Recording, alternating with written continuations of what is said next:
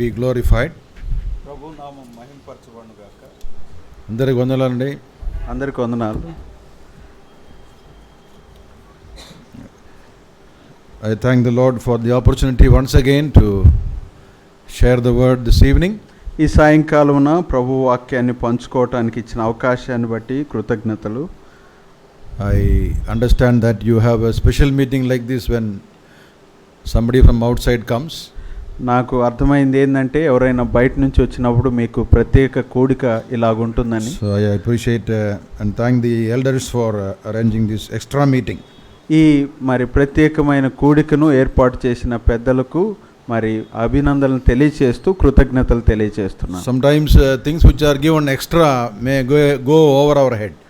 కొన్నిసార్లు మరి ఎక్స్ట్రాగా వచ్చినవి మన తల దాటి వెళ్తూ ఉంటాయి. I hope it won't happen for us tonight. ఈ సాయంకాలం అది మనకు జరగకూడదు అని ఆశిస్తున్నాను. And I am not used to speaking for 1 hour. నాకు గంట తరబడి మాట్లాడటం నాకు చేత కాదు. I think you are used to hearing 1 hour. గంట వరకు వినటం మీకు అలవాటైందేమో. You know, sometimes long preachers can put people to sleep. కొన్నిసార్లు మరి దీర్ఘ ప్రసంగం చేసేవారు వినేవారిని నిద్రలోకి పంపుతారు. Once a preacher, he was having 7 points. ఒకసారి ఒక బోధకుడు 7 పాయింట్లు మాట్లాడాడు. After 3 points he said, I am tired of standing and preaching now. 3 అంశాలు మాట్లాడిన తర్వాత ఇక నిలబడి మాట్లాడటం నాకు చాలా చేత కాదు అన్నాడు. So he said I will sit and preach. ఆయన ఏమన్నాడంటే కూర్చొని మాట్లాడతాను అన్నాడు. Then one brother said, okay brother, we will lie down and hear. ఒక సహోదరుడు కాబట్టి మేము పడుకొని వింటాం అన్నాడు. Before you lie down and hear, I will stop, don't worry.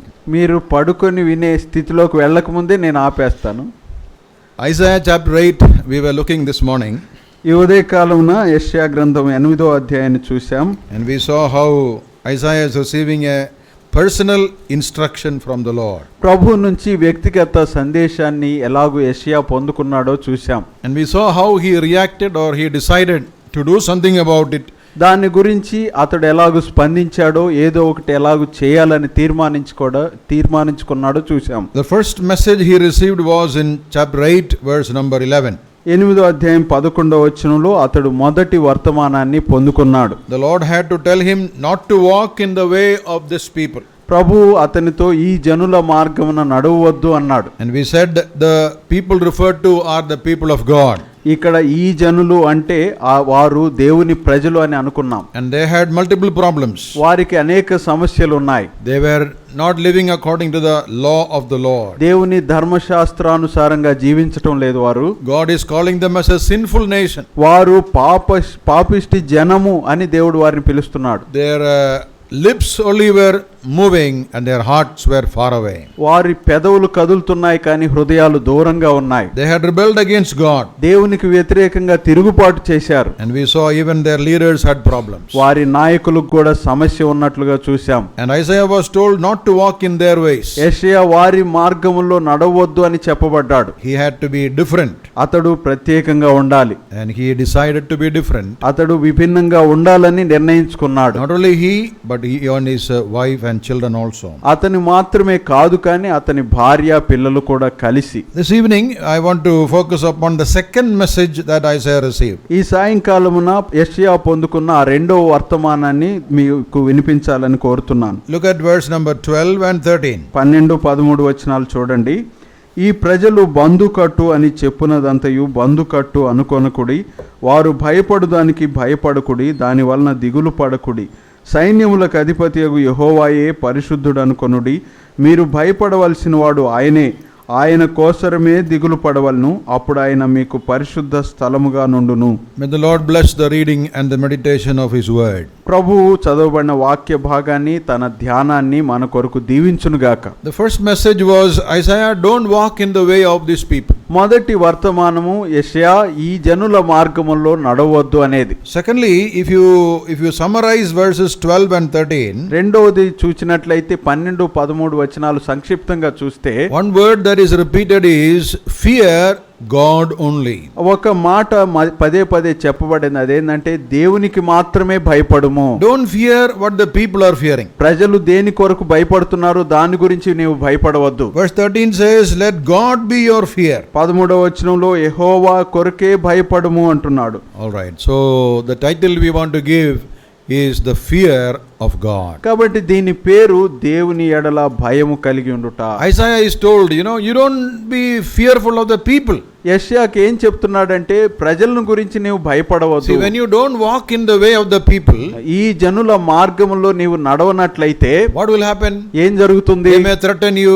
వారు నిన్ను బెదిరించవచ్చు. They may isolate you. నిన్ను ఏకాకిగా చేయవచ్చు. They will persecute you. వారు నిన్ను శ్రమ పెట్టవచ్చు. In fact, Isaiah was persecuted. యెషయా నిజంగా శ్రమ పడచబడ్డాడు. But God says to Isaiah, you don't fear that. యెషయాతో దేవుడు అంటున్నాడు, నీవు వారికి భయపడవద్దు అని. All right. Now fear is something that is common to all of us. మనందరికీ సర్వసాధారణమైన విషయం భయం. We all have fear. మనందరికీ భయాలు ఉంటాయి. Anybody says, no brother, I have no fear at all. నాకు భయం లేనే లేదని ఎవరైనా చెప్పగలరా? Don't lift your hand.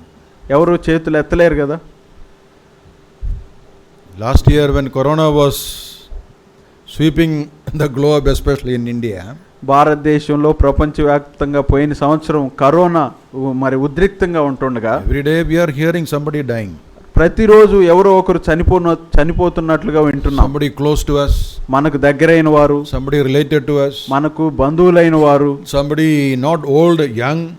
మరి వృద్ధులు కాకుండా యవనస్తులుగానే ఉన్నవారు. There was some fear in our hearts. ఆ విధంగా మాటలు వింటుంటే మన హృదయాల్లో కొంత భయం ఉండింది. Yes or no? నిజమే కాదా? Here in Vijayawada you had no fear. విజయవాడలో మీకేం భయం లేదా? By hearing the death news of somebody, some others have died. మరి కొంతమంది మరణించిన వార్త విని మరి కొంతమంది చనిపోయారు.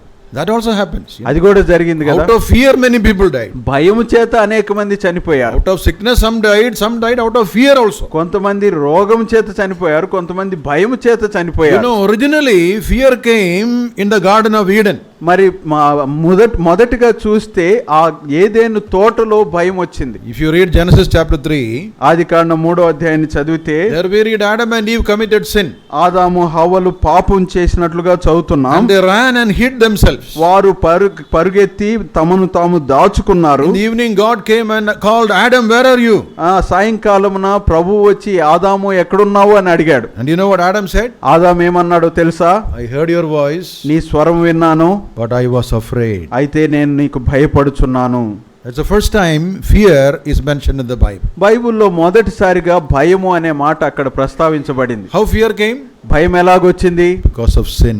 పాపమును బట్టి, because of disobedience, అవిధేయతను బట్టి, because they had gone away from God, దేవునికి దూరంగా వెళ్ళుటను బట్టి. From then onwards, we are captured by fear on so many accounts. అప్పటి నుంచి అనేక పరిస్థితులను బట్టి మనము భయముతో నింపబడిపోయాం. We have fear of the future. భవిష్యత్తును బట్టి భయం ఉంటుంది. What will happen tomorrow? రేపేం జరుగుతుందో అని. In my old age what will happen? నా వృద్ధాప్యంలో ఏం జరుగుతుందో. What will happen to my children? నా పిల్లలకి ఏం జరుగుతుందో అని. Some are afraid of darkness. చీకటిని గురించి కొంతమంది భయపడతారు. Some are afraid of snakes. మరి పాముల గురించి కొంతమంది భయపడతారు. Some are afraid of dogs. కుక్కల గురించి కొంతమంది భయపడతారు. Afraid of booth, ghost. మరి దయ్యముల గురించి కూడా కొంతమంది భయపడతారు. Some are afraid of going into cemetery in the night.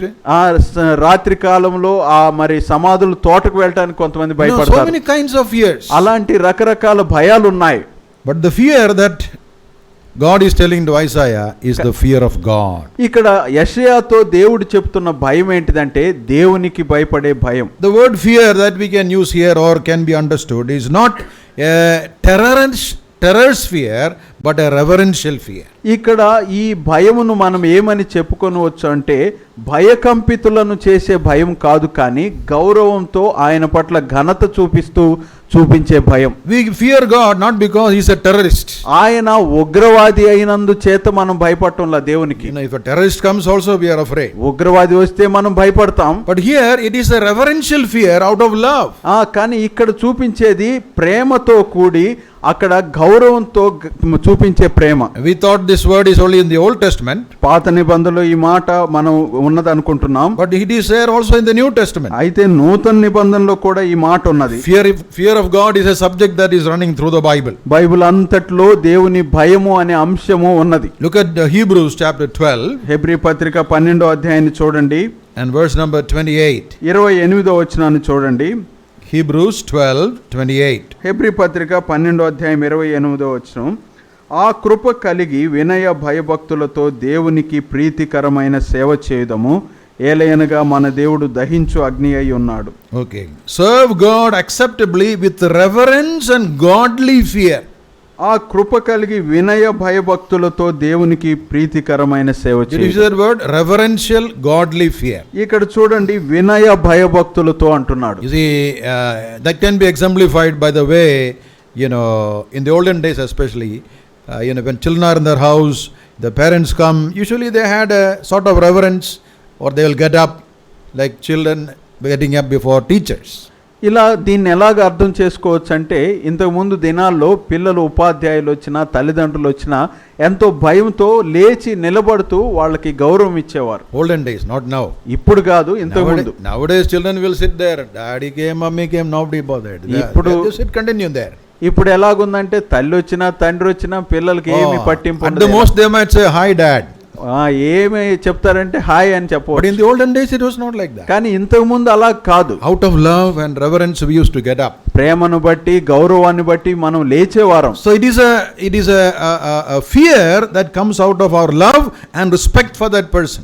ఆ ప్రేమను బట్టి, అతని ఎడల మనకున్న గౌరవాన్ని బట్టి చూపే ప్రేమ. We are not afraid of the person, but we have a love for that person. ఆ వ్యక్తిని గురించి మనం భయపడటం లేదు, కానీ ఆయన ఎడల ఉన్న ప్రేమను బట్టి భయపడతాం. So God is telling Isaiah, you need to fear no man but fear God. ఇక్కడ దేవుడు యెషయాతో అంటున్నాడు, నీవు ఏ మనుష్యునికి భయపడాల్సిన అవసరం లేదు, దేవునికి మాత్రమే భయపడాలి. That is the second message given to Isaiah. యెషయాకు దేవుడిచ్చిన రెండో వర్తమానం ఇది. And I want to leave that as a message for us also this evening. ఈ సాయంకాలమున మనకందరికి ఈ వర్తమానము నేను అందిస్తున్నాను. Today we do lot of things because we are afraid of what people will say about us. మన గురించి ప్రజలు ఏమని చెప్తారో అని అనుకొని దాని గురించి భయపడుతూ ఉంటాం. Yes or no?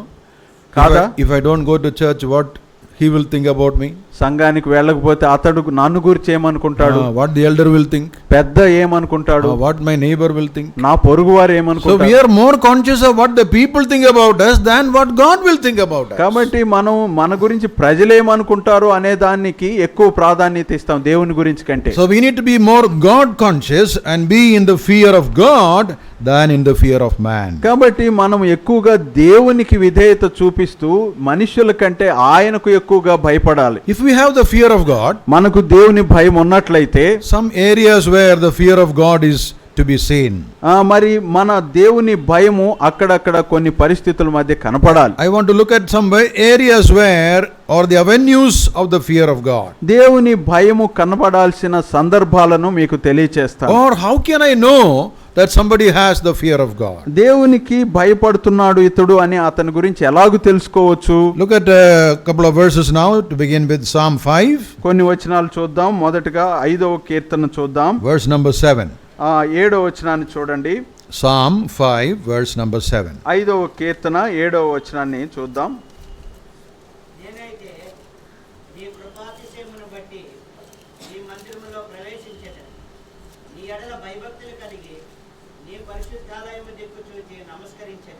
Okay, that Bhayabhakti is there. It is actually fear. In your fear, I will worship you. ఇక్కడ భయభక్తులు అంటున్నాడు. మరి మామూలుగా చూస్తే నీ భయమును బట్టి నిన్ను ఆరాధించేదను. In 1 Samuel chapter 12, మొదటి సమూయేలు గ్రంథం 12వ అధ్యాయంలో and verse number 24, 24వ వచనంలో, ఆయన మీ కొరకు ఎన్ని కార్యములను చేసెనో అది మీరు తలంచుకొని మీరు యెహోవా యందు భయభక్తులు కలిగి నిష్కపటులై పూర్ణ హృదయముతో ఆయనను సేవించుట ఆవశ్యకము. That word serve is also translatable as worship. ఇక్కడ సేవించుట అనే మాట ఆరాధించుట అనే మాటకు కూడా ఉపయోగించబడింది. So fear the Lord. దేవునికి భయపడుట. How do I know I really fear the Lord? దేవునికి నేను ఎలాగూ భయపడుతున్నానని ఎలాగూ తెలియవచ్చు? It will be seen in the way I worship the Lord. దేవుణ్ణి నేను ఎలాగ ఆరాధిస్తున్నానో దాన్ని బట్టి అది తెలియపరచబడుతుంది. This morning we worship the Lord in truth and in spirit. ఈ ఉదయ కాలమున ప్రభువును ఆత్మతో సత్యంతో ఆరాధించాం. How did we worship the Lord? ప్రభువును ఎలాగ ఆరాధించాం? In that verse we read in 1 Samuel 12. మొదటి సమూయేలు 12వ అధ్యాయంలో What does it say? ఏమంటున్నాడు? నిష్కపటులై పూర్ణ హృదయముతో ఆయనను సేవించుట ఆవశ్యకం. With whole heart. మరి పూర్ణ హృదయముతో.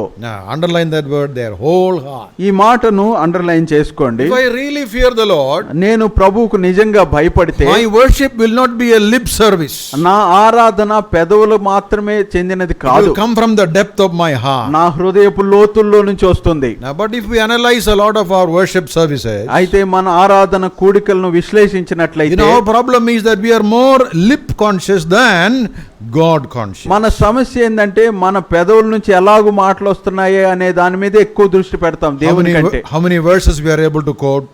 ఎన్ని వచనాలు మనం చెప్పగలిగాం? How many good words we are able to put? ఎన్ని మంచి పదాలు వాడగలిగాం?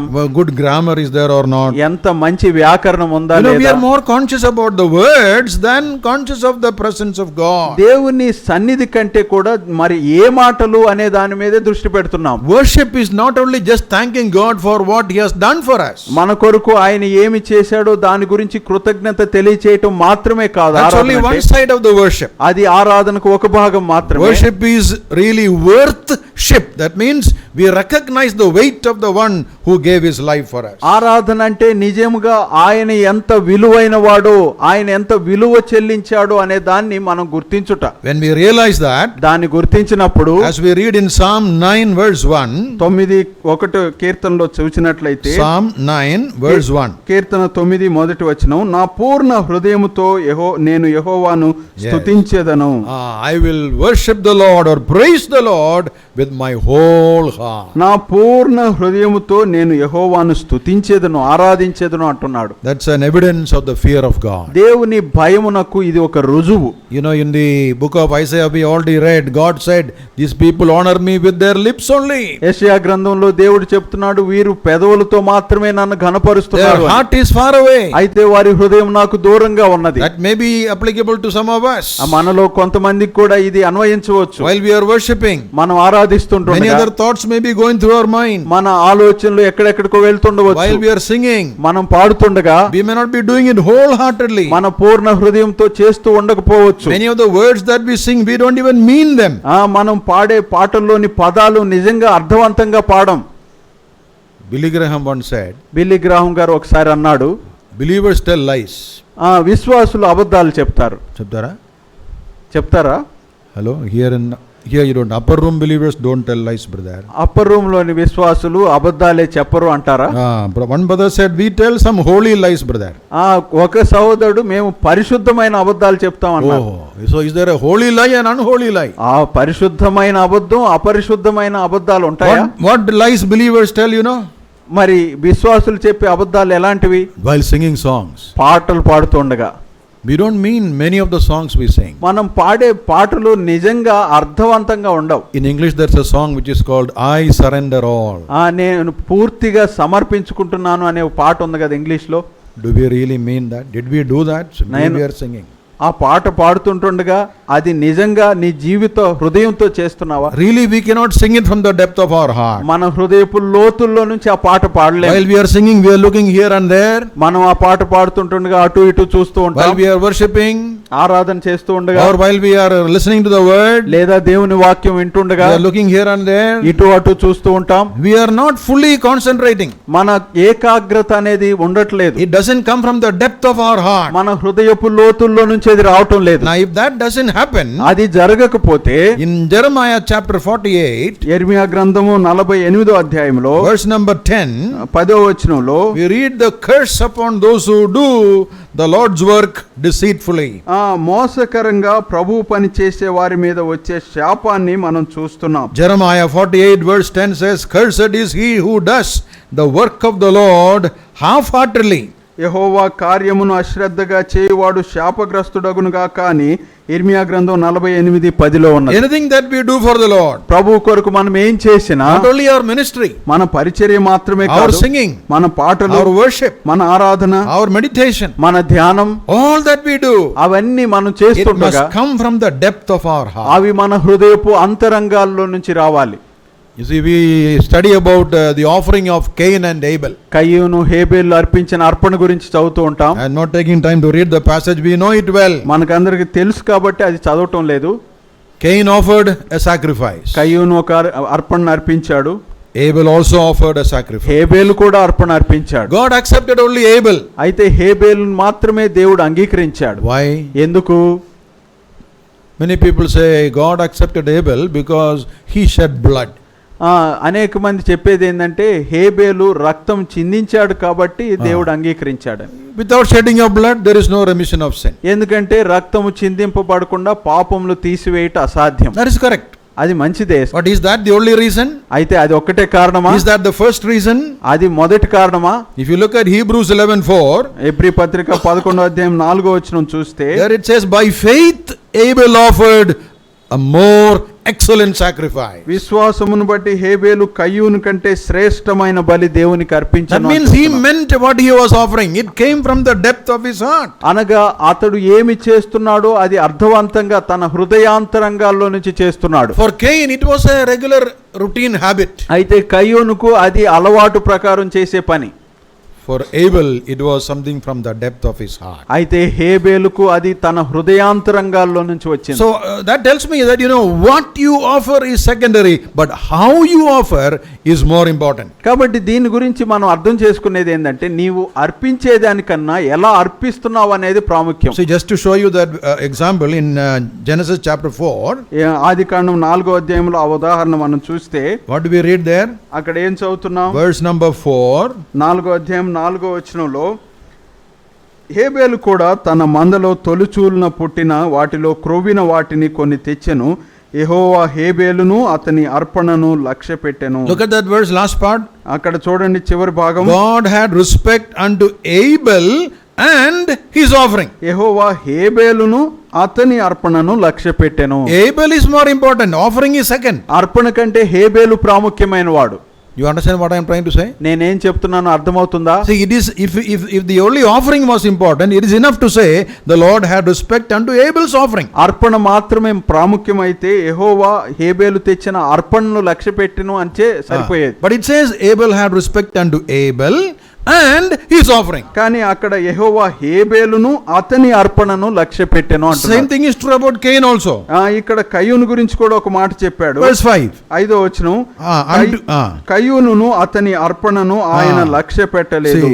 Cain and his offering. ఇక్కడ మొదటగా కయ్యూను, తర్వాత అతని అర్పణ. So who is more important? కాబట్టి ఎవరు ప్రాముఖ్యమైన వారు? The offerer or the offering? అర్పించేవాడా అర్పణ?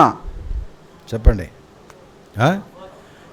Both are important, but first the offerer is important. రెండు ముఖ్యమైనవి కానీ మొదటగా అర్పించేవారు ప్రాముఖ్యమైనది. If my heart is not in tune with the Lord and if I bring an offering, definitely God is not going to accept my sacrifice. దేవుని హృదయంతో నా హృదయం అంగీకార యోగ్యంగా లేకపోతే నేను తెచ్చే అర్పణ ఆయనకు అంగీకార యోగ్యం. Abel offered it from the depth of his heart. హేబేలు తన హృదయాంతరంగాల్లో నుంచి అర్పించాడు. God saw his heart and then his offering. దేవుడు మొదటగా అతని హృదయాన్ని తర్వాత తన అర్పణను చూశాడు. So if you really fear the Lord, నీవు దేవునికి నిజంగా భయపడితే it will be evident in the way I worship the Lord. దేవునికి నేను ఆరాధించే విధానంలో అది కనపడుతుంది. How should I worship the Lord? ప్రభువుని నేను ఎలాగ ఆరాధించాలి? Whole heart. పూర్ణ హృదయంతో. My singing should be done wholeheartedly. నేను పాడే కీర్తన పూర్ణ హృదయంతో పాడాలి.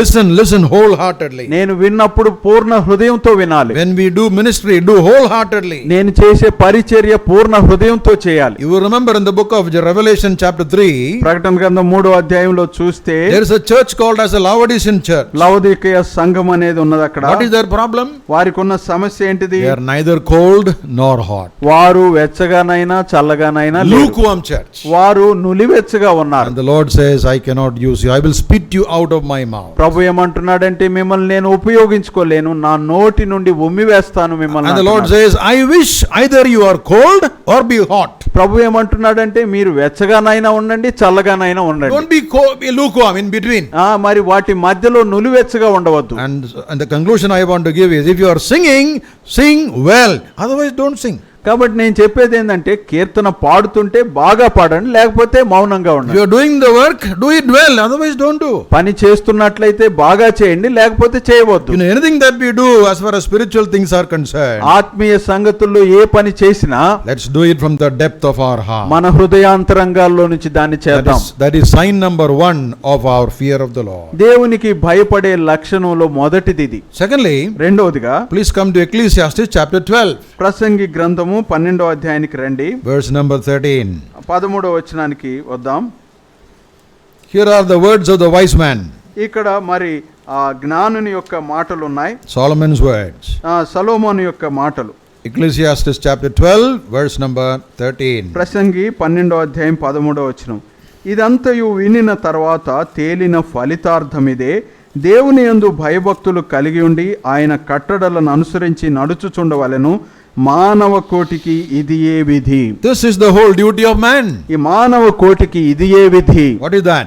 ఏంటిది? Fear God దేవునికి భయపడుండి and keep his commandments. ఆయన కట్టడలను అనుసరించుడి. So obedience is another sign of the fear of God. దేవునికి భయపడుట అనే దాంట్లో విధేయత అనేది మరొక లక్షణం. You know, I was referring to the word of God that we hear every time and how we, do nothing about it.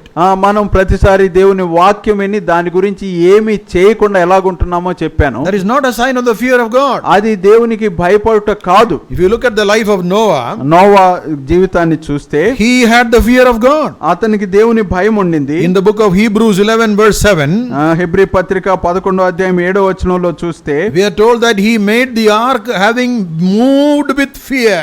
అతడు మరి దేవుని భయముతో ఆ ఓడను సిద్ధపరిచెను అని చూస్తున్నాం. It was almost an impossible task. అది మామూలుగా చూస్తే అసాధ్యమైన పని. He was only a farmer. అతడు కేవలం వ్యవసాయకుడు. But God had given him a huge task. అయితే దేవుడు అతనికి గొప్ప పనిని నియమించాడు. Then why did he obey?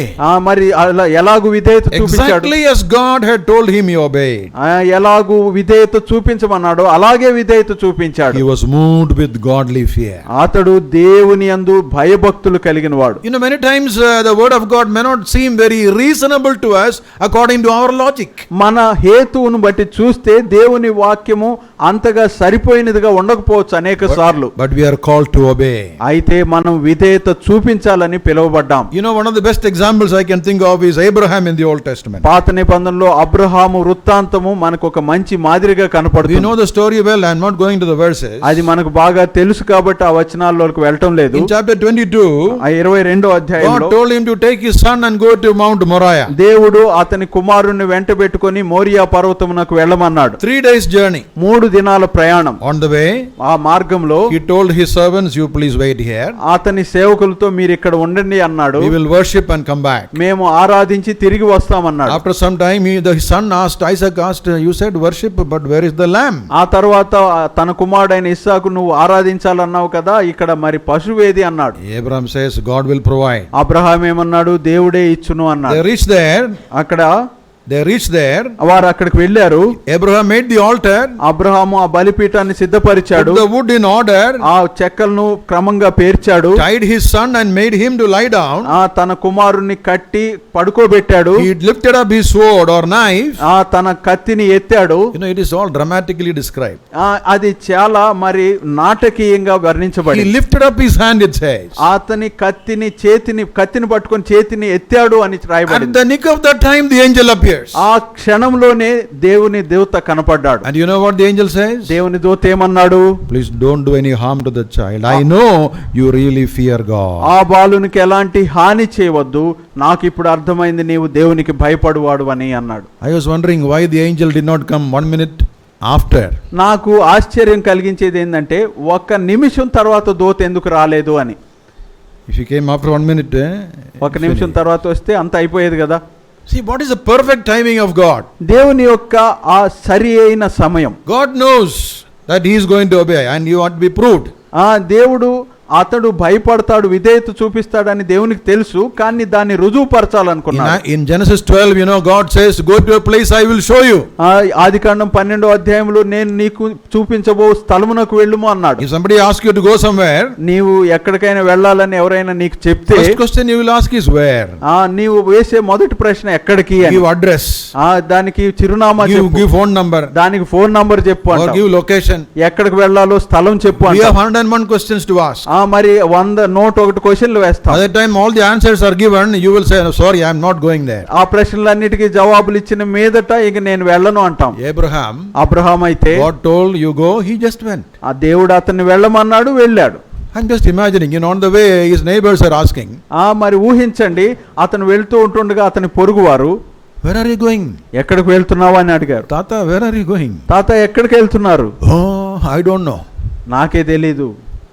If you don't know where you are going, something wrong with you. నీవు ఎక్కడికి వెళ్తున్నావో నీకే తెలియదు. You don't know where you are going? నీకు ఎక్కడికి వెళ్తున్నావు నీకే తెలియదు. Then why are you going? అయితే ఎందుకు వెళ్తున్నావు? God told me, so I am going. దేవుడు చెప్పాడు, నేను వెళ్తున్నా. I obey his word. నేను దేవుని మాటకు లోబడుచున్నా. Reason? కారణం ఏంటి? I fear God. దేవునికి భయపడుచున్నా. Beloved, the fear of God will be seen in our willingness to obey what the word of God says. ప్రియులారా, దేవుని వాక్యం ఏం చెప్తుందో దానికి మనము లోబడటానికి చూపించే సిద్ధ మనసు దేవునికి భయపడటాన్ని చూపిస్తుంది. In Luke 5 we read Jesus was in the boat of Simon. లూకా సువార్త 5వ అధ్యాయంలో యేసు ఆ సీమోను యొక్క దోణిలో ఉన్నట్లుగా and he told him, you launch into a deep. అతడు నీవు లోతుగా వెళ్ళు అని దేవుడు ఆయనకు చెప్పాడు. Put your nets for a catch. మరి నీ వల వేయు అని చెప్పాడు. And in verse 5, Luke 5:5, Luka 5:5లో Peter says, పేతురు ఏమంటున్నాడు? what happened? ఏం జరుగుతుంది? All night we were struggling. రాత్రంతా మేము ప్రయాసపడ్డాం. రాత్రంతా శ్రమ పడినా what happened? రాలేదు. All night. రాత్రంతా ప్రయాసపడ్డా. If I was in Peter's place, I would have said, పేతురు స్థానంలో నేనుంటే నేనేమనేవాడిని అంటే, Jesus, you are only a carpenter. యేసు ప్రభువా, మీరు కేవలం వడ్రంగి వారు. I am fisherman, born and brought up here. నేనైతే జాలరిని, ఇక్కడే పుట్టి ఇక్కడే పెరిగాను. And you are telling me to put again. నీవు ఇప్పుడు నాతో ఇక్కడికి మరలా వల వేయి అంటున్నావు. Anyway, Peter was not like me. అయితే పేతురు నాలాంటి వాడు కాదు. First he said, Lord, we were doing it whole night. మొదట ఏమన్నాడంటే రాత్రంతా ప్రయాసపడ్డాం అన్నాడు. But the next verse says, at your word I will put. అయితే తరువాత నీ మాట చొప్పున వలలు వేతుము. What the power of the word is. మరి మాటకున్న శక్తిని చూడండి. It was illogical to cast the net again. మరలా వల వేయటం అనేది హేతుబద్ధంగా కనిపించదు. But I obey. అయితే నేను విధేయత చూపిస్తాను. Because the master has commanded. ఎందుకంటే యజమానుడు ఆజ్ఞ ఇచ్చాడు. Obedience is a test of the fear of God. కాబట్టి దేవునికి భయపడుట అనే పరీక్షలో విధేయత కనపడుతుంది. In John chapter 14 verse 15, యోహాను సువార్త 14వ అధ్యాయం 15వ వచనంలో Jesus says, you are my friends if you do whatever I tell you. నేను మీకు చెప్పునది చేయనప్పుడు మీరు నా స్నేహితులు అనబడతారు అన్నాడు. So we say, obedience is a sign of the fear of God. కాబట్టి విధేయత దేవునికి భయపడుటలో లక్షణం అని చూసాం. But we also know that it is a sign of the love of God. అంత మాత్రమే కాదు, ఇది దేవుని ప్రేమకు కూడా గుర్తు అని చూస్తున్నాం. If you really love the Lord and fear the Lord, you will obey his word. దేవునికి నిజంగా భయపడుతూ ఆయన ప్రేమించినట్లయితే నిజంగా విధేయత చూపిస్తావు. Thirdly, మూడవదిగా, please come to 2 Corinthians chapter 7 and verse 1. 2వ కొరింథీ పత్రిక 7వ అధ్యాయము మొదటి వచనానికి వద్దాం. First we saw the fear of God will be seen in the way we worship the Lord. మొదటిగా మనము ఆరాధించే తీరును బట్టి దేవునికి భయపడుతున్నామా లేదా అనేది కనపడుతుంది అనుకున్నాం. We should worship him wholeheartedly. మన పూర్ణ హృదయముతో ఆయనను ఆరాధించాలి. Number 2, it will be seen in your obedience. ఆయనకు చూపించే విధేయతలో రెండవదిగా కనపడుతుంది. Thirdly, మూడవదిగా 2 Corinthians chapter 7 verse 1. 2వ కొరింథీ పత్రిక 7వ అధ్యాయం మొదటి వచనం. ప్రియులారా, మనకు ఈ వాగ్దానములు ఉన్నవి గనుక దేవుని భయముతో పరిశుద్ధతను సంపూర్తి చేసుకొనుచు శరీరమునకును ఆత్మకును కలిగిన సమస్త కల్మషము నుండి మనలను పవిత్రులనుగా చేసుకొందము. The last part of verse 7 in English says, perfecting holiness in the fear of God.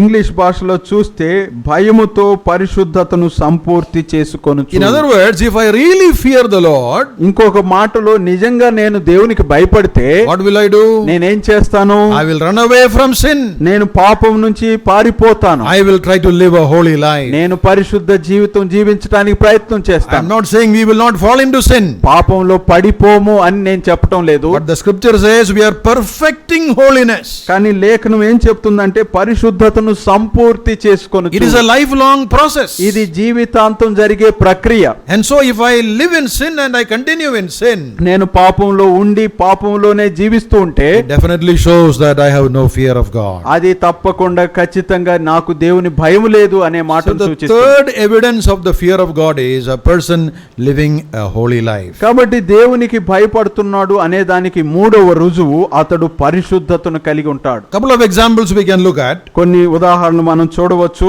Number one is Joseph. యోసేపు మొదటిగా. We know him well. I am not going to the references. అతని గురించి మాకు బాగా తెలుసు When కాబట్టి he was వచనాల్లోకి tempted, వెళ్తాం. what did he do? అతడు శోధించబడినప్పుడు ఏం చేశాడు? He ran away from the place. అక్కడి నుంచి అతడు పరిగెత్తిపోయాడు. He did not stay there and discuss about the matter or pray about the matter. అక్కడనే ఉండి దాని గురించి చర్చించి ప్రార్థించలేదు ఆ విషయం గురించి. He ran away from the temptation. ఆ శోధన నుంచి అతడు పారిపోయాడు. Later in the book of Genesis, ఆదికాండంలోని chapter 42, 42వ వచనంలో అధ్యాయంలో in another context, ఇంకొక సందర్భంలో it says about Joseph. ఇక్కడ కూడా యోసేపును గురించి మాట Chapter చెప్పబడింది. 42 and verse number 12. 42వ అధ్యాయం 12వ వచనం ఆదికాండం. Joseph said to them on the third day, this do and live, for I fear God. 18, sorry. 18. 18వ వచనం. మూడవ దినమున యోసేపు వారిని చూచి నేను దేవునికి భయపడువాడను. I fear God. నేను దేవునికి భయపడువాడను. The context here is different, but we know he says about his regular character of the fear of God. ఇక్కడ సందర్భం వేరేది కానీ అతడు అనుదినము తన ప్రవర్తన దేవునికి భయపడే ప్రవర్తన గురించి చెప్తున్నాడు. Joseph was a God fearing person. యోసేపు దేవునికి భయపడే వ్యక్తి. That's what made him to run away from Potiphar's palace. అందుకనే పోతిఫర్ ఇంటి నుంచి అతడు పారిపోయేటట్లుగా ఆ భయము అతన్ని ప్రోత్సహించింది. Poor man, he had to be punished for a sin that he did not do. అతడు చేయని పాపానికి అతడు శిక్ష పొందాల్సి వచ్చింది. But he was a God fearing man. అయితే దేవునికి భయపడే వ్యక్తిగా అతడు ఉన్నాడు. Look at Job. యోబును చూడండి. Chapter 1 verse 1. మొదటి అధ్యాయం మొదటి వచనం. What do we read? A well known verse. మనకు బాగా తెలిసిన మాట అది. Job 1:1. యోబు గ్రంథం మొదటి అధ్యాయము మొదటి వచనం. ఊజు దేశమునందు యోబు అను ఒక మనుష్యుడుండెను. అతడు యథార్థ వర్తనుడును న్యాయవంతుడై దేవుని యందు భయభక్తులు కలిగి చెడుతనము విసర్జించినవాడు. He feared God and shunned evil, it says. ఇక్కడ దేవుని యందు భయభక్తులు కలిగి చెడుతనము విసర్జించాడు He అనే మాట. said no to sin. అతడు పాపానికి నేను ఒప్పుకొనను అన్నాడు. When temptations come to us, శోధనలు మనకు వచ్చినప్పుడు we all get temptation. మన అందరికీ శోధనలు They వస్తాయి. are not above temptations. మనం శోధనలకు మించిన వారం కాదు. Young and old get temptations. వృద్ధులు యవనస్తులకి శోధనలు వస్తాయి. We usually fall in. మనము మామూలుగా అయితే పడిపోతాం. But those who fear the Lord, అయితే దేవునికి భయపడువారు, those who do not want to displease the Lord by the sin, పాపము చేత దేవునికి అయిష్టపరచకూడదు అనుకున్నవారు will try to run away from that problem. వారేం చేస్తారంటే ఆ శోధన నుంచి పారిపోవటానికి ప్రయత్నిస్తారు. Living a holy life is our calling. ఆ పరిశుద్ధతగా జీవించటము అనేది మనకున్న పిలుపు. You know, the Corinthian believers in chapter 1 of the epistle of 1 Corinthians, మొదటి కొరింథీ పత్రిక మొదటి అధ్యాయంలో కొరింథీ విశ్వాసులు they were called to be saints, it says. వారు పరిశుద్ధులుగా ఉండుటకు పిలువబడ్డారు అని చెప్పబడింది. 1 Corinthians 1:2 we have that phrase. మొదటి కొరింథీ పత్రిక మొదటి అధ్యాయం 2వ వచనంలో You are called to be saints. పరిశుద్ధులుగా ఉండుటకు పిలువబడ్డారు. That is a calling upon us. అది మనకున్న పిలుపు. You know, saints at Upper Room Christian Church. Upper room సంఘంలో ఉంటున్న పరిశుద్ధులు. ఇక్కడ పరిశుద్ధులు. Saints at Jerusalem. యెరూషలేములో ఉన్న పరిశుద్ధులు. Saints at Ephesus. ఎఫెసులో ఉన్న పరిశుద్ధులు. What a beautiful title. ఎంత మంచి పేరు కదా. Today we are afraid to use that word. ఈ రోజు మనం ఆ మాట ఉపయోగించడానికి భయపడుతున్నాం. Why? ఎందుకు? We are not able to match up to that name. ఎందుకంటే ఆ పేరుకు తగినట్లుగా జీవించలేకపోతున్నాం So కాబట్టి we are happy with other titles. మిగతా పేర్లతో సంతోషపడుతున్నాం. But the church in those days were called as saints. అయితే ఆ దినాల్లో సంఘస్థులు పరిశుద్ధులుగా పిలువబడ్డారు. That's a great calling. అది గొప్ప పిలుపు. The word saint doesn't mean that they were exceptional people dropped from heaven. పరిశుద్ధులు అంటే వారు పరలోకం నుంచి కిందికి దొగి వచ్చిన వారు అని అర్థం కాదు. That literally means holy ones. దాని అర్థం ఏంటంటే పరిశుద్ధులుగా ఉండేవారు. They were set apart. వారు ప్రత్యేకింపబడిన వారు. Peculiar people. వారు ప్రత్యేకమైన జనాంగం. Different from the rest of the world. మిగతా వారి కంటే భిన్నమైన వారు. Yes, holiness is the command that the Lord also has given to us in John chapter 17 in his prayer in verse number 17. యోహాను సువార్త 17వ అధ్యాయం 17వ వచనంలో ప్రభువు చేసిన ప్రార్థనలో మనం కూడా పరిశుద్ధులుగా ఉండాలని మనకు ఆజ్ఞ ఇచ్చాడు. And what is the root or what is the method of being in the holiness or living a holy life? పరిశుద్ధులుగా ఉండటానికి జీవితం జీవించడానికి దానికి ఉన్న పద్ధతి ఏంటిది? Chapter 17 verse 17 John's gospel says, sanctify them through thy truth, thy word is truth. 17వ అధ్యాయం 17వ వచనం యోహాను సువార్తలో సత్యమందు వారిని ప్రతిష్ఠ చేయము, నీ వాక్యమే సత్యము. That word sanctify means make them holy. ఇక్కడ ప్రతిష్ఠ చేయుము అంటే పరిశుద్ధత కలిగించుము. Through what? దేని ద్వారా? Through the word of God. దేవుని వాక్యము ద్వారా. When we hear the word of God, దేవుని వాక్యాన్ని మనం విన్నప్పుడు the word of God is compared to water. దేవుని వాక్యము నీళ్లతో పోల్చబడింది. The word of God is compared to mirror. దేవుని వాక్యము అద్దముతో పోల్చబడింది. Before you came for the meeting, నీవు ఈ కూడికి రాకముందు you all saw the mirror, is it not? మీ అందరు అద్దాలు చూసుకున్నారు కదా? Maybe not you, but at least you saw. మీరు చూడకపోయిన సహోదరులు చూసి. When you saw the mirror, what did you see? అద్దం మీరు చూసుకున్నప్పుడు ఏం చూశారు? You saw yourself or somebody else? మిమ్మల్ని మీరే చూసుకున్నారా మరి ఎవరినైనా చూశారా? We saw ourselves. మనల్ని మనమే చూసుకున్నాం. That's what James says. యాకోబు అదే అంటున్నాడు. The word of God is like the mirror. It reflects yourself. దేవుని వాక్యము అద్దం వంటిది, నిన్నే అది ప్రతిబింబం చేస్తుంది. James epistle is actually saying he is reflecting his natural face. మరి యాకోబు పత్రిక ఏమంటుందంటే అతడు తన సహజ ముఖాన్ని అక్కడ ప్రతిబింబింప చేస్తున్నాడు. What is your natural face, you know? నీ సహజ ముఖం ఏంటిదో తెలుసా? Now you have put on artificial face. మీకు ఇప్పుడు కృత్రిమ ముఖాలు ఉన్నాయి. I mean you have put on cream and powder and so many things. నేను చెప్పేది ఏంటంటే క్రీములు, పౌడర్లు ఇలాంటివి వాడారు. Natural face is your face that you see in the morning. సహజ ముఖము మీరు నిద్ర లేచిన వెంటనే చూసుకునే ముఖం. You get up in the morning, straight go to the mirror and see your face. నిద్ర లేచిన వెంటనే నేరుగా అద్దం దగ్గరికి వెళ్ళండి. May look like a bhudam or something. అప్పుడు ఒక దయ్యం వలె కనపడతారు. It reflects you. ఎందుకంటే అది మిమ్మల్ని ప్రతిబింబింప. After seeing that, what do you do? అది చూసిన తర్వాత ఏం చేస్తారు? What do you say? Okay, leave it, let us go.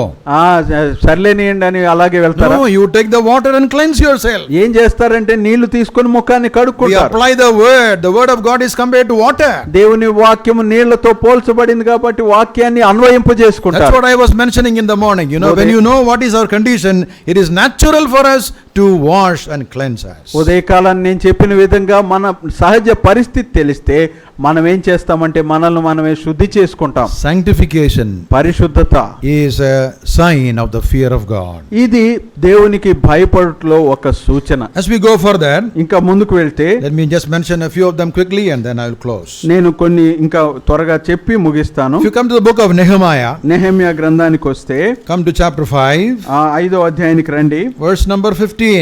15వ వచనానికి రండి. This is similar to the thoughts that we had shared in the morning about separation.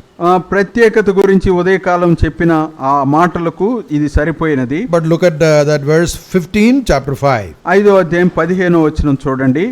అయితే నాకు ముందుగా నుండిన అధికారులు జనుల యొద్ద నుండి ఆహారమును ద్రాక్షారసమును 40 తులముల వెండిని తీసుకొనుచూ వచ్చిరి. వారి పనివారు సహా జనుల మీద భారము మోపుచూ వచ్చిరి. అయితే దేవుని భయము చేత నేను అలాగున చేయలేదు. Look at the last part of that verse. ఆ వచనంలో చివరి భాగాన్ని చూడండి.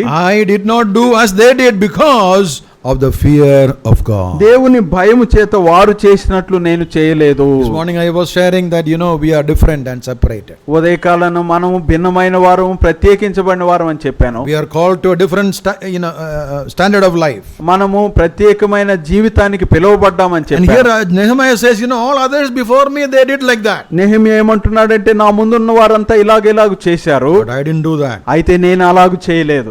I fear God. ఎందుకంటే నేను దేవునికి భయపడతాను. Nehemiah wanted to be different. Nehemiah ప్రత్యేకంగా ఉండాలనుకున్నాడు. Reason is because he feared God. కారణం ఏంటంటే అతడు దేవునికి భయపడువాడు. Fear of God will lead you to a life of separation. దేవునికి భయపడుట అనేది నీ జీవితాన్ని ప్రత్యేకించుటకు మరి సిద్ధపరుస్తుంది. Compromise shows that you don't fear God. రాజీ అనేది నీవు దేవునికి భయపడవు అనేది సూచిస్తుంది. This morning we had spent sufficient time on that, so we go further. దాని గురించి మనం ఉదయకాలం మాట్లాడాం కాబట్టి ముందుకు వెళ్దాం. Number 5. 5వ విషయం, Chapter 5 of Ephesians, verse 21. ఎఫెసీ పత్రిక 5వ అధ్యాయము 21వ వచనం. Ephesians 5:21. ఎఫెసీ పత్రిక 5వ అధ్యాయం 21వ వచనం. క్రీస్తునందలి భయముతో ఒకనికొకడు లోబడి ఉండుడి. Yes, in the fear of God submit one to another. క్రీస్తునందలి భయముతో ఒకనికొకడు లోబడి ఉండుడి. This is submission not to authorities, ఇది అధికారులకు లోబడుట కాదు, not to aristocrats or big powers. మరి పై ఉన్నత స్థానంలో ఉంటున్న అధికారులకు భయపడినట్లు కాదు. One to another means mutual submission. ఒకనికొకడు అంటే పరస్పరంగా లోబడుట. I submit to you, you submit to me. నేను నీకు లోబడుతున్నాను, నీవు నాకు లోబడు. I listen to what you say, you listen to what I say. నీవు చెప్పేది నేను వింటున్నాను, నేను చెప్పేది నీవు వినాలి. You should not be thinking, okay, I am senior, you listen to what I say. నేను అనుభవస్తుడిని కాబట్టి నేను చెప్పేది నువ్వే వినాలి అని Mutual చెప్పకూడదు. submission shows that you really fear God. పరస్పరంగా లోబడుట అనేది నీవు దేవునికి భయపడుతున్నావు అనే విషయాన్ని సూచిస్తుంది. There will be no room for us to arrogantly oppose or deny what others tell us. గర్వముతో మరి మనం మిగతా వారు చెప్పేదానికి వ్యతిరేకంగా ఉండటం అనే దానికి ఇక్కడ చోటే లేదు. Nobody will say, who are you to tell me? నాకు చెప్పడానికి నువ్వెవరు అని ఎవరు చెప్పజాలరు. But you hear such words in the believers groups. అయితే విశ్వాసుల మధ్య ఇలాంటి మాటలు వినపడతా ఉంటాయి కదా. Where is the fear of God? అప్పుడు దేవుని భయం ఎక్కడుంది? Submission is not a surrender, but it is a sign of the fear of God. లోబడి ఉండుట అంటే అతనికి పూర్తిగా అప్పగించుకోవటం కాదు, కానీ దేవునికి భయపడుతూ లోబడుట. If you come to Malachi chapter 3, మలకి గ్రంథము 3వ అధ్యాయానికి వస్తే another sign of fear of God is there. దేవునికి భయపడుటలో మరి ఒక సూచన ఉన్నది. I'm sorry, I'm mentioning only the point just to save time. మరి సమయాన్ని సేవ్ చేయడానికి పాయింట్స్ మాత్రమే చెప్తాను. You can think about them later on. దాని గురించి మీరు తర్వాత ధ్యానం చేయవచ్చు. Malachi chapter 3, మలాకి గ్రంథం 3వ అధ్యాయము verse number 16. 16వ వచనం చూడండి. అప్పుడు యెహోవా యందు భయభక్తులు గలవారు ఒకరితో ఒకరు మాట్లాడుకొనుచుండగా యెహోవా చెవియొగ్గి ఆలకించెను.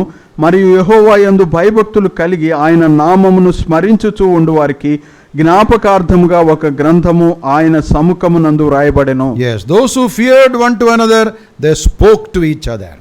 యెహోవా యందు భయభక్తులు గలవారు ఒకరితో ఒకరు మాట్లాడుకొనుచుండగా And the book of remembrance was there.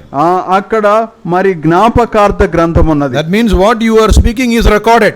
అనగా నీవు మాట్లాడే మాటలు అక్కడ వ్రాయబడుతున్నాయి. This is like CCTV cameras nowadays. ఈ రోజుల్లో సీసీటీవీ కెమెరాలు ఎలాగున్నాయి అలాంటివి. When you enter into a shopping mall, ఏదైనా షాప్ లోకి మీరు వెళ్తే board says be careful, surveillance cameras. అక్కడ ఏమందంటే మీరు మరి మీ ప్రతి అడుగు ఈ కెమెరాల్లో రికార్డ్ చేయబడుతున్నాయి. So that means what you do is all under observation. కాబట్టి మీరు ఏం చేసినా అది అంతా గమనించబడుతున్నది. The fear of God controls the way we speak. కాబట్టి దేవుని భయం అనేది మనం మాట్లాడే తీరును నియంత్రిస్తుంది. Our words are controlled by the fear of God. మన మాటలు అనేవి దేవుని భయాన్ని బట్టి లోబడతాయి, నియంత్రించబడతాయి. I cannot speak whatever comes to my mouth. నా నోటికి వచ్చిందంత నేను మాట్లాడలేను. Some people say the Indian constitution gives the freedom of speech, brother. కొంతమంది భారత రాజ్యాంగం మాట్లాడే స్వేచ్ఛ ఇచ్చింది అంటారు. That means you can tell whatever comes to your mouth. అంటే నీకు నోటికి వచ్చిందంత మాట్లాడవచ్చా? You fear God.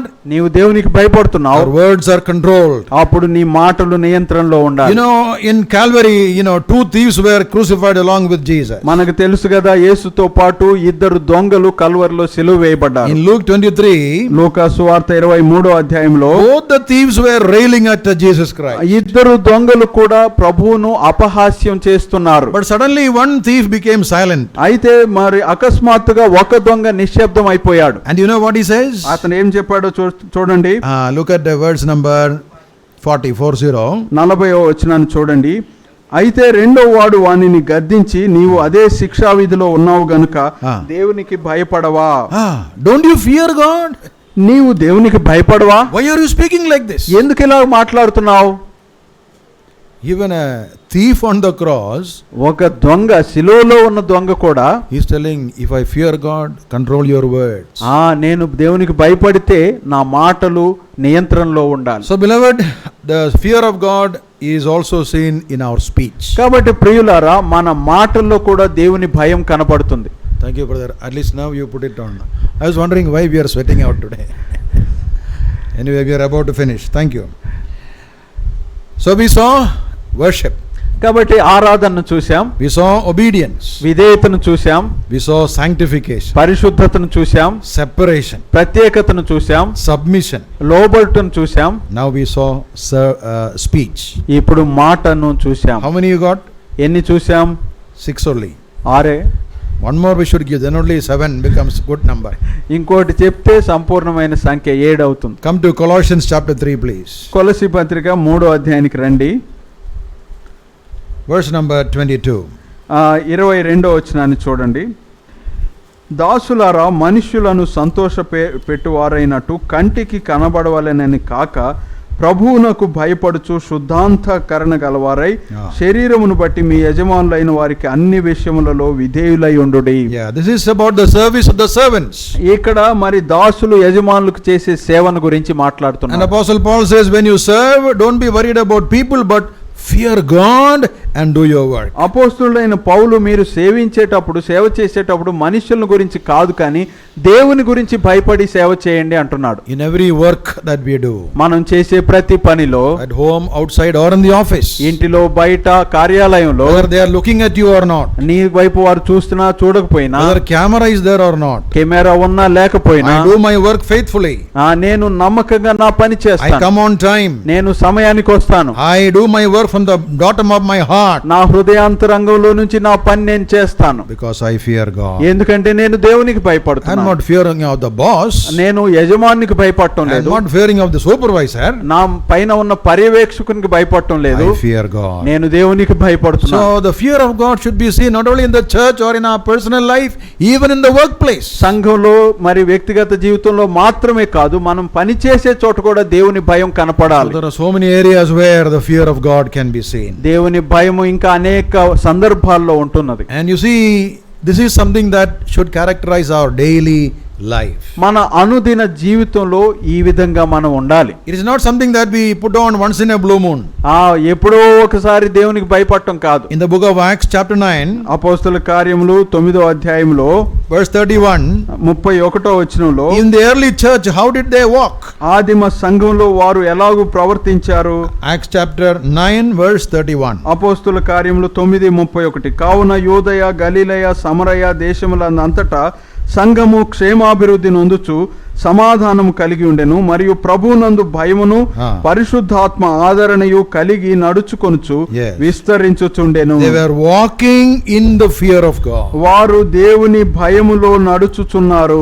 We think this kind of subject is only for the Old Testament. ఇలాంటి బోధ అనేది పాత నిబంధనకే సరిపోతుంది అనుకుంటూ ఉంటాం. Fear God, brother. మరి దేవునికి భయపడుతున్నాము. He is great and powerful and mighty.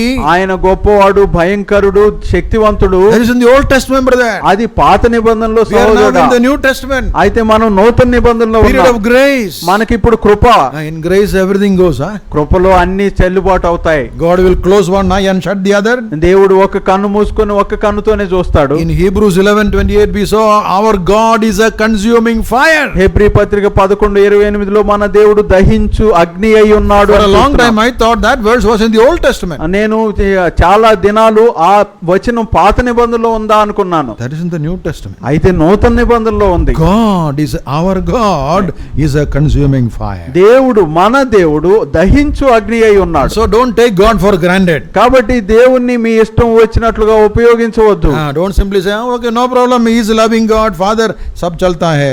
ప్రేమించే దేవుడు కాబట్టి, తండ్రిగా ఉన్నాడు కాబట్టి అన్ని సరిపోతాయిలే అనుకోవద్దు. The fear of God is something that should characterize our daily walk with the Lord. దేవునితో మనం అనుదినం జీవించే జీవితము మన దేవుని భయాన్ని అది ప్రభావితం చేయాలి. In Psalm 128, 128వ కీర్తనలో verse 1, మొదటి వచనంలో what do we read? అక్కడ ఏం చదువుతున్నాం? We'll read that and close. ఆ మాట చదివి ముగిద్దాం. యెహోవా యందు భయభక్తులు కలిగి ఆయన త్రోవల యందు నడుచు వారందరూ ధన్యులు. Blessed is the man. ధన్యులు అంటున్నాడు. Blessed is the man who walks or fears the Lord.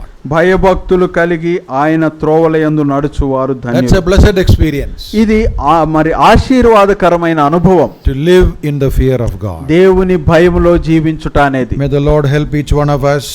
మనలో దేవుడు ప్రతి ఒక్కరికి సహాయం చేయనుగాక. That the message given to Isaiah in those days ఆ దినాల్లో యెషయాకు దేవుడు ఇచ్చిన వర్తమానం can be applied to us today also. ఈ రోజు కూడా మనము మన జీవితానికి అన్వయించుకుంటున్నాం. Am I a God fearing person? నేను దేవునికి భయపడే వ్యక్తిగా ఉన్నానా? As a brother, as a sister, సహోదరుడు కానీ సహోదరి కానీ, as a believer, విశ్వాసిగా, as a worker in the office, కార్యాలయంలో పనిచేసేవాడిగా, or as a person in the church, సంఘంలో సభ్యునిగా, am I able to exhibit the fear of God? దేవుని భయాన్ని నేను ప్రదర్శించగలుగుతున్నానా? It is something that we all can examine ourselves for. ఇది మనకు మనమే ప్రతి ఒక్కరూ పరిశీలించుకోవాల్సిన విషయం. We ought to be more God conscious than man conscious. కాబట్టి మనం అందరము మనుష్యుల కంటే దేవుని యొక్క స్పృహ కలిగిన వారమై ఉండాలి. May the Lord bless these words for our hearts. మన హృదయాలకు దేవుడి మాటలను దీవించును గాక. May his name be glorified. దేవుని నామం మహింపరచబడును గాక. Amen.